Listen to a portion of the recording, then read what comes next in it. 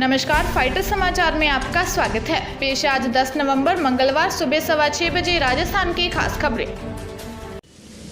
बड़ी खबरों से अपडेट रहने के लिए सब्सक्राइब करें फाइटर न्यूज को और प्रेस करें बेल आइकन को।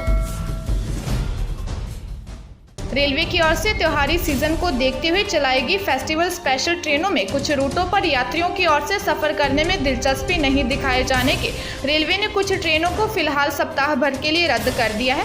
उत्तर पश्चिम रेलवे के CPRO सुनील बेनीवाल ने बताया कि रेलवे ने फिलहाल गाड़ी संख्या 09614 अमृतसर अजमेर के 13, 15 और 20 नवंबर, गाड़ी संख्या 09611 अजमेर अमृतसर के 12, 14 और 19 नवंबर, गाड़ी संख्या 02472 दिल्ली श्री गंगानगर के 11 से 20 नवंबर तक, गाड़ी संख्या 02471 श्री गंगानगर दिल्ली के 11 से 20 नवंबर तक, इसी तरह से गाड़ी संख्या 04887 ऋषिकेश बाड़मेर के 12 से 21 नवंबर तक, गाड़ी संख्या 04888 बाड़मेर ऋषिकेश के 11 से 20 नवंबर तक, गाड़ी संख्या 04519 दिल्ली बठिंडा के 11 से 20 नवंबर तक, गाड़ी संख्या 04520 बठिंडा दिल्ली के 11 से 20 नवंबर तक के लिए रद्द किया है। शराब निर्माताओं ने यहां SDRI की जांच पूरी हो गई है। जानकारी के अनुसार विभाग को इस जांच में करीब 500 करोड़ रुपए की राजस्व वसूली की उम्मीद है। बता दें कि SDRI ने VKI बहरोड में 2 दिन तक 2 शराब निर्माताओं पर छापे मारे थे। इसी तर्ज पर राज्य के अन्य शराब निर्माताओं पर कार्रवाई हो सकती है। तकनीकी आधार पर SDRI ने वैट भुगतान में गड़बड़ी पकड़ी है। हाईकोर्ट बार एसोसिएशन जयपुर के चुनावों की घोषणा हो गई है। जानकारी के अनुसार बार एसोसिएशन के चुनाव 11 जनवरी 2021 को होंगे। अध्यक्ष, उपाध्यक्ष, महासचिव सहित पदाधिकारियों और बार कार्यकारिणी के सभी सदस्यों के चुनाव होंगे। यह निर्णय बार कार्यकारिणी बैठक के बाद लिया गया है। यह बैठक अध्यक्ष महेंद्र शांडिल्य की अध्यक्षता में आयोजित की गई। 11 APRO को PRO बनाया गया है। इसके आदेश सोमवार शाम जारी किए गए। आयुक्त महेंद्र सोनी ने आदेश जारी कर सुरेश बिश्नोई को हनुमानगढ़, भाग्यश्री गोदारा को बीकानेर, संतोष प्रजापति को अजमेर, राजेश यादव को ACB जयपुर, विनोद मोलपरिया को बारां, सुमन को समाचार शाखा जयपुर, गजाधर भट्ट को सोशल मीडिया जयपुर, शिवराम मीना को राजस्थान सूचना केंद्र दिल्ली, मनोज कुमार को अलवर, अपूर्व शर्मा को टोंक, आशाराम खट्टी को प्रकाशन शाखा जयपुर का PRO बनाया है। रोडवेज प्रशासन दिवाली पर बसों की संख्या बढ़ाएगा। जानकारी के अनुसार रोडवेज अनुबंध पर ली गई बसों का भी संचालन करेगा। हालांकि कोरोना काल के कारण अब तक अनुबंधित बसें नहीं चलाई जा रही थी, लेकिन अब यात्रियों की संख्या बढ़ने पर रोडवेज CMD ने रोडवेज डिपोओं को निर्देश दिए हैं। CMD राजेश्वर सिंह ने सोमवार को जोनल प्रबंधों की बैठक ली। बैठक में कहा कि यात्रियों की मांग के अनुरूप ज्यादा बसें चलाई जाएं। गुज्जर आंदोलन प्रभावित क्षेत्रों को छोड़कर सभी जगह बसें चलाई जाएं। परिचालकों की कमी होने पर बस सारथी योजना के परिचालकों को काम में लेने के लिए भी कहा है। यात्रियों के हित में करीब 900 अनुबंधित बसों का संचालन हो सकेगा। अजमेर में नाबालिग का अपहरण कर दुराचार करने के मामले में गिरफ्तार किया गया आरोपी अजमेर के कायड़ स्थित कोविड सेंटर की खिड़की तोड़कर फरार हो गया। अजमेर की सिविल लाइन थाना पुलिस आरोपी की तलाश में जुट गई है।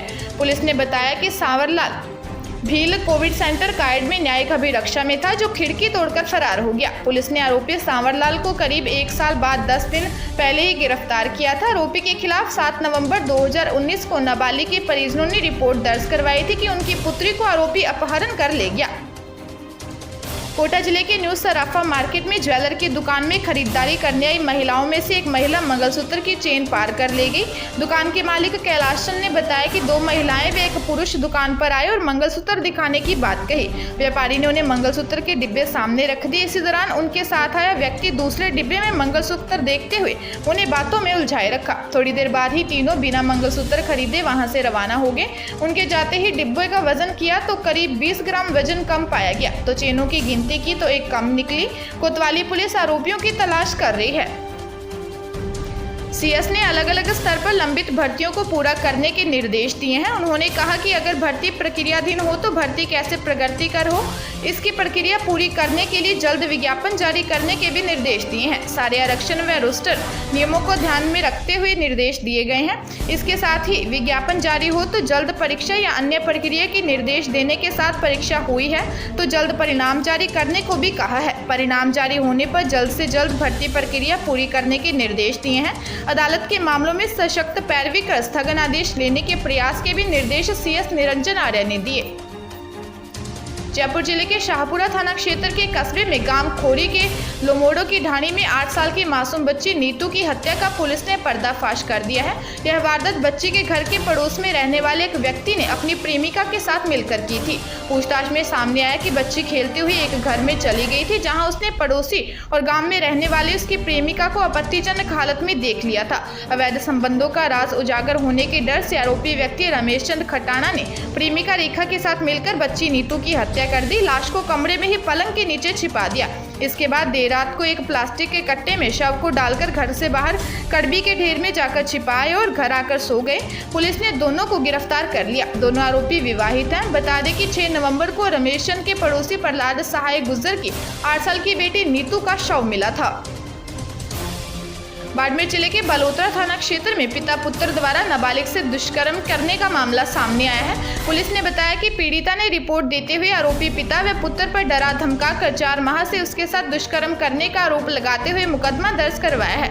पुलिस ने पीड़िता का मेडिकल करवाकर बयान दर्ज कर लिए हैं। पुलिस ने बताया कि पीड़िता की रिपोर्ट पर पोक्सो एक्ट में मामला दर्ज कर जाँच शुरू कर दी है।